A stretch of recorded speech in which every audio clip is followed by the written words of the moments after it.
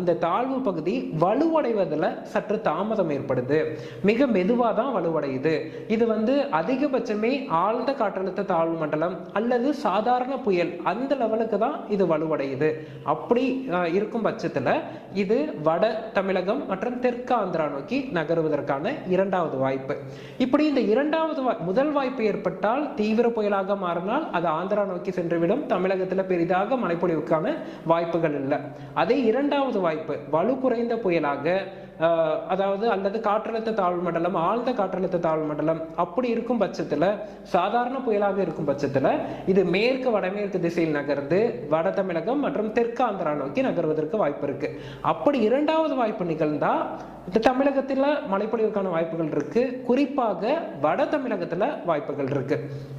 வட தமிழகம் என்றாலும் விழுப்புரம் முதல் கன்னியாகுமரி வரை, அதாவது விழுப்புரம், கடலூர், மயிலாடுதுறை, காரைக்கால்